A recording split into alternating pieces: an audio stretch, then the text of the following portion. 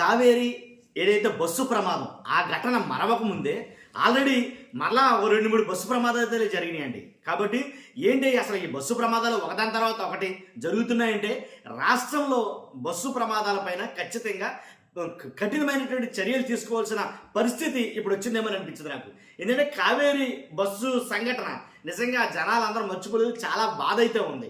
ఆ ప్రమాదం జరిగిన మరికొద్ది సేపట్లోనే మరలా ఇంకో బస్సు ప్రమాదం అంటే ఇది ఆలోచించాల్సిన విషయమే. వీటి గురించి ఫస్ట్ అయితే లైక్ చేయండి, కొత్తగా మన ఛానల్స్లో పక్కాగా సబ్స్క్రైబ్ చేయండి. ఏంటంటే ఏదైతే అంటే ఏపీకి చెందిన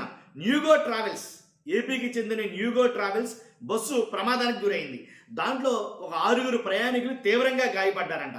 ఎలాగంటే ఓవర్ స్పీడ్ తోటి బస్సు వెళ్ళడంతో పల్టీలు కొట్టేసిందంట బస్సు. ఎంగాను బాగా అంటే శృతి మించిన స్పీడ్ తోటి తోలేడేమో డ్రైవరు, ఆ బస్సు పిల్టీలు కొట్టి మరీ పడిపోవడం జరిగింది.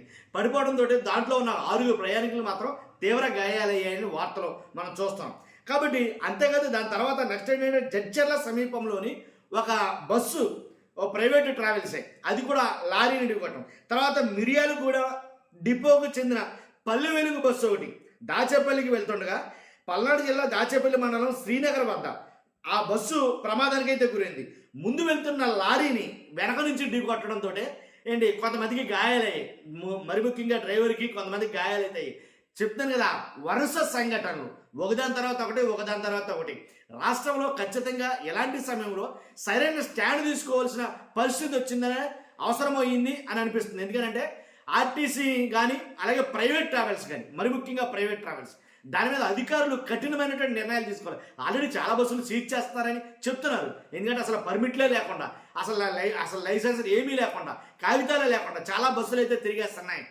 కాబట్టి ఉండాల్సిన పత్రాలు లేకుండా అని మాట్లాడుతున్నారు. ఏది ఏమైనప్పటికీ ఈ న్యూగో ట్రావెల్స్ ఏదైతే ఉందో ఆ బస్సు బాగా ఓవర్ స్పీడ్ వెళ్ళడంతో పల్టీలు కొట్టి పడిపోవడంతో దానివల్ల ఆ ప్రమాదం జరిగిందని అన్నారు. చిన్న క్లిప్పింగ్ ఉంది, అది నేను వీడియో ఎండ్లో వేస్తాను ఖచ్చితంగా. ఆ క్లిప్పింగ్ అయితే చూడండి. కానీ అది జరిగింది. కాబట్టి ఇలాంటి సంఘటనలు మరలా పునరావృతం కాకుండా సరైన ఒక కఠినమైనటువంటి చట్టాలు రావాలేమో.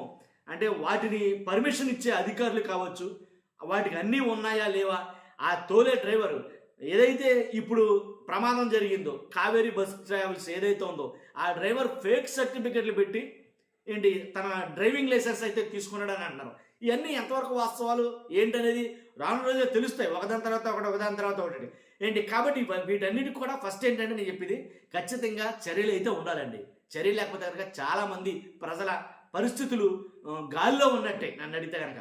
ఒక బస్సు డ్రైవర్ చేతిలో బస్సులో ఉన్న వాళ్ళ ప్రయాణికులందరి ప్రాణాలు అతని చేతిలో ఉన్నట్టే. కాబట్టి అతను ఎంత సురక్షితంగా ఉండాలో దాన్ని బట్టి లెక్కేయండి. ఆ బస్సు కూడా అంతే, అన్నీ పర్ఫెక్ట్గా ఉన్నాయి లేదా ఇవన్నీ చూసుకునే ఆ బస్సులను అయితే వదలాలి. లేకపోతే ఇలాంటి ప్రమాదాలు జరిగితే కనుక చాలా బాధ పడాల్సి వస్తుంది. చూస్తున్న మీరు అందరూ కూడా మీ అభిప్రాయంలో కామెంట్ రూపంలో తెలియజేయండి. Thank you very much.